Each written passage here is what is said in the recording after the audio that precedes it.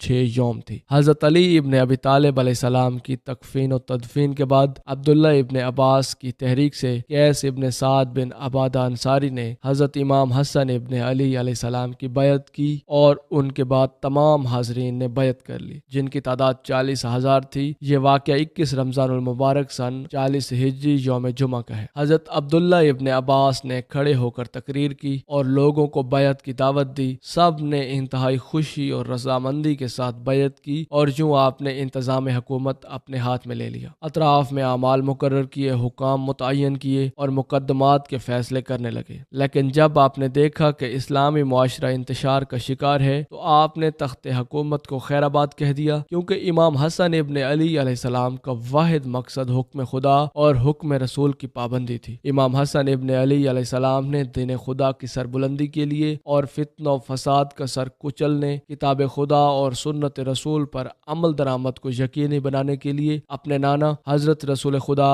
امام الانبیاء جناب محمد الرسول اللہ صلی اللہ علیہ وآلہ وسلم کی صلح حدیبیہ کی تاسی میں تخت حکومت کو ٹھوکر مار کر جو تاریخی صلح کی، وہ اسلام کے تاریخ کا ایک ایسا ناقابل فراموش باب ہے جس کی نظیر نہیں ملتی۔ اگرچہ اس صلح کی شرائط ایسی تھی جن پر عمل نہیں کیا گیا۔ امام حسن ابن علی علیہ السلام اگرچہ صلح کے بعد مدینہ میں گوشہ نشین ہو گئے تھے، لیکن حق کے مرکز اور تعلیمات محمدی صلی اللہ علیہ وآلہ وسلم کے سرچشمہ امام علی مقام امام حسن ابن علی علیہ السلام کا قائم رہنا دشمنان دین کو کب گوارا تھا، اسی لیے آپ کو زہر دے کر شہید کر دیا گیا۔ ناظرین، امام حسن ابن علی علیہ السلام کو زہر دے کر شہید کرنے کا واقعہ انتہائی دردناک ہے۔ روایات کے مطابق کسی شخص نے حضرت امام حسن ابن علی علیہ السلام کو خواب میں دیکھا کہ آپ کے دونوں چشم کے درمیان یہ آیت قل هو اللہ احد لکھی ہوئی ہے۔ آپ کے اہل بیت میں سے یہ بات جب ہر ایک کو پتہ چلی تو وہ خوش ہوئے، لیکن یہ خواب حضرت سعید ابن مسیب رضی اللہ تعالی عنہ کے سامنے آیا تو انہوں نے فرمایا کہ واقعی اگر یہ خواب دیکھا گیا ہے تو امام کی عمر کے چند ہی دن باقی رہ گئے ہیں۔ ناظرین، پس یہ تعبیر صحیح ثابت ہوئی اور اس کے بعد بہت جلد امام علی مقام علیہ السلام کو زہر دے دیا گیا۔ زہر کے اثر سے آنتوں کے ٹکڑے کٹ کٹ کر باہر آنے لگے۔ اس سلسلے میں آپ کو 40 روز سخت تکلیف رہی۔ قریب شہادت جب آپ کی خدمت میں آپ کے برادر عزیز امام علی مقام امام حسین ابن علی علیہ السلام نے حاضر ہو کر پوچھا، اے میرے بھائی حسن، آپ کو